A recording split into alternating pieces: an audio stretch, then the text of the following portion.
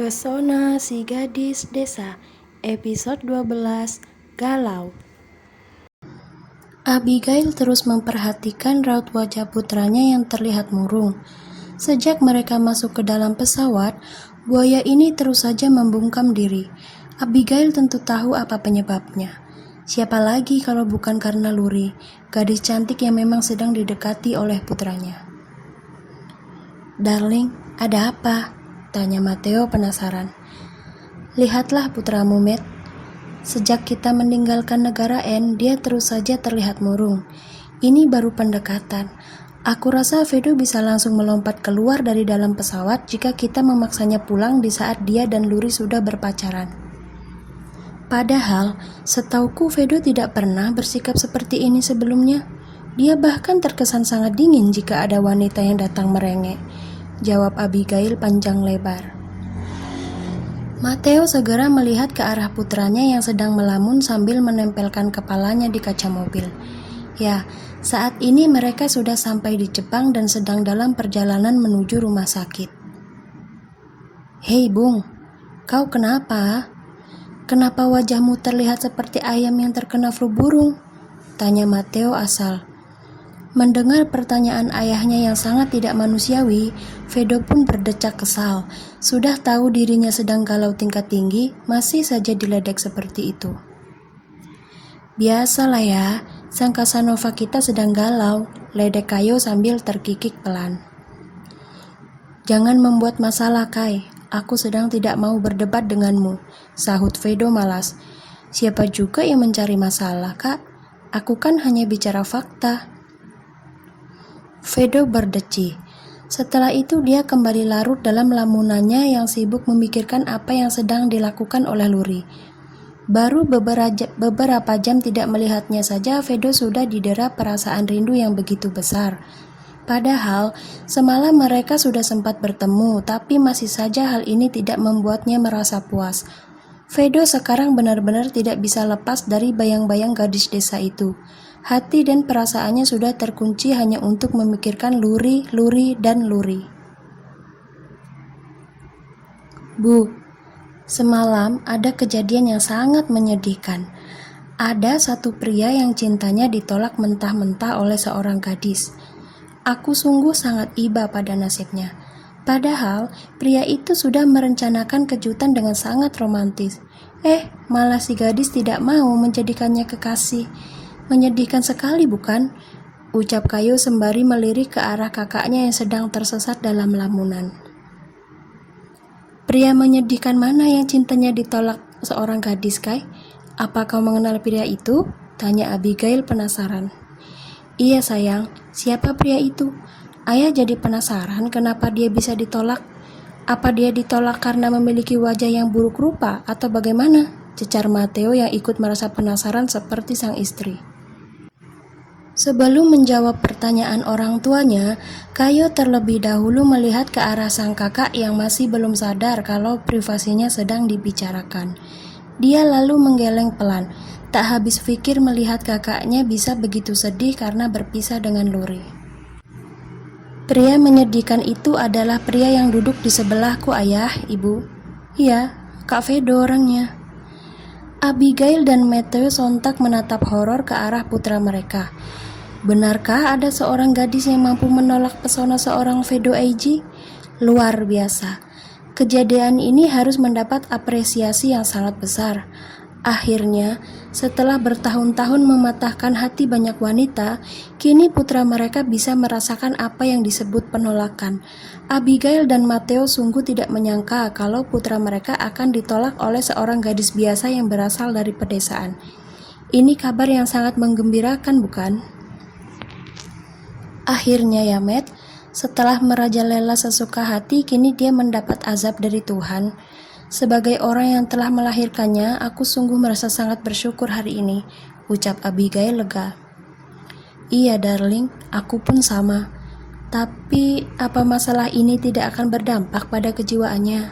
Lihatlah, Casanova itu terus saja menguji mulut seperti orang yang sedang depresi akut," sahut Matteo sambil menggerakkan dagu ke arah putranya yang masih melamun.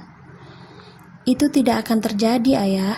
Meskipun sudah ditolak, Casanova ini masih berhasil menyempatkan sebuah kalung indah di leher gadis desa itu sebagai pertanda cintanya. Dan ayah tahu tidak seperti apa respon gadis itu? Tanya Kayo sambil menahan tawa.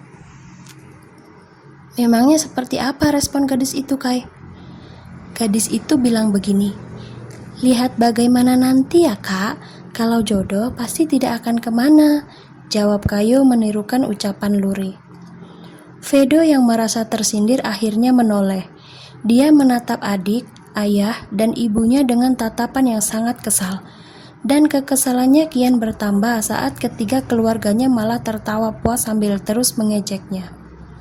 Fedo, ayah tidak menyangka kau bisa mengalami patah hati juga. Bagaimana rasanya digantung, ah? Sedih tidak? Olok Mateo sambil terus menertawai kisah cinta putranya. Ayah, sebaiknya ayah berhenti mengolokku sebelum aku mengenalkan ibu pada salah satu ayah temanku yang sudah lama menduda. Mau? Ancam Fedo. Coba saja kalau kau berani melakukannya. Ayah tidak akan segan-segan untuk menikahi Luri supaya dia bisa menjadi ibu tirimu. Bagaimana? Adil kan? Fedo langsung menatap bengis ke arah ayahnya. Dia lupa memperhitungkan kelicikan sang ayah yang sudah lebih dulu menyandang gelar sebagai mantan buaya darat. Kalau begini caranya sih bukan Fedo yang mengancam ayahnya, tapi dia yang menjadi korban atas ancamannya sendiri. Oh, jadi ayah berniat memiliki istri muda ya? Tanya Kayo sambil memicingkan mata. Bu, jangan khawatir. Begitu kita sampai di rumah, aku akan langsung membuat sayembara untuk mencari pria yang akan menjadi ayah tiriku. Tenang saja, Bu. Aku pasti akan mencarikan pria dengan bibit, bobot, dan bebet yang jauh lebih segala-galanya jika dibandingkan dengan ayah. Ibu itu masih sangat cantik. Aku yakin dalam waktu sebentar pasti langsung sold out. Abigail tersenyum samar kemudian mengangguk. Dia acuh ketika Mateo langsung menariknya ke dalam pelukan. Abigail sudah sangat hafal kalau sebentar lagi drama-drama perbucinan akan segera terdengar. Darling, aku itu hanya bercanda tadi. Aku mana mungkin menikahi wanita lain selain dirimu. Hanya kau satu-satunya wanita yang ada di hatiku. Sungguh, ucap Mateo ketakutan. Kau juga, Kayo. Jangan mengompor-ngompori ibumu untuk meninggalkan ayah ya. Mau uang jajanmu ayah potong? Potong ya potong saja ya, jangan ragu. Ayah lupa ya kalau Jackson kekasihku adalah dokter yang sangat kaya raya. Tanpa uang jajan dari ayah pun aku masih tetap bisa bersenang-senang dengan uangnya Jackson. Jadi ancaman ayah barusan sama sekali tidak mempengaruhiku. Iya kan, Bu? Fedo yang tadi sedang galau akhirnya bisa tertawa juga setelah melihat sang ibu menganggukkan kepala. Memang hanya ibunya saja yang mampu membungkam kearoganan ayahnya selama ini. Sungguh, suatu hiburan yang sangat menyenangkan setiap kali melihat ayah mereka menjadi tak berdaya di bawah kendali sang ibu. Ayahnya akan terlihat seperti kerbau yang dicucuk hidungnya, bodoh karena cintanya yang sangat besar. Rapihkan pakaian kalian, sebentar lagi kita akan segera sampai di rumah sakit, ucap Abigail mengingatkan suami dan kedua anaknya. Darling, jangan menikah lagi ya. Aku janji tidak akan bicara seperti itu pada Fedo. Sungguh, rengek Mateo gelisah. Bicara juga tidak apa-apa, Matt. Kan aku sudah bilang kalau aku tidak keberatan menjadi seorang janda.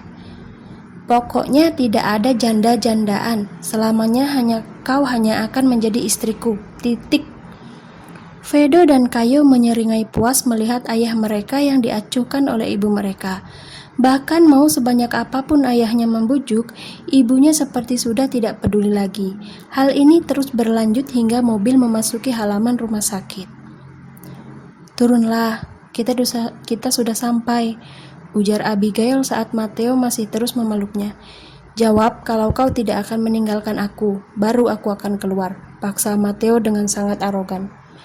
Mateo tidak menjawab, maka aku tidak akan membiarkanmu keluar dari dalam mobil ini, sahut Mateo kekeh memaksa. Kai, Fed, tolong beri ayah waktu untuk memaksa wanita cantik ini. Sepertinya ibu kalian perlu diberi sedikit hukuman. Hish, ayah mesum, sahut Kayo dan Fedo berbarengan. Abigail hanya bisa mendesah pelan ketika kedua anak dan sopirnya keluar dari dalam mobil. Bahkan, sekarang Abigail bisa melihat seringai licik di bibir Matteo begitu pintu mobil tertutup. Beginilah nasib jika mempunyai seorang suami yang arogan. Bercanda sedikit langsung berakhir dengan hukuman. Tapi Abigail sangat mencintainya. Dia sangat mencintai pria arogan yang sudah membuatnya melahirkan sepasang anak yang tampan dan juga cantik.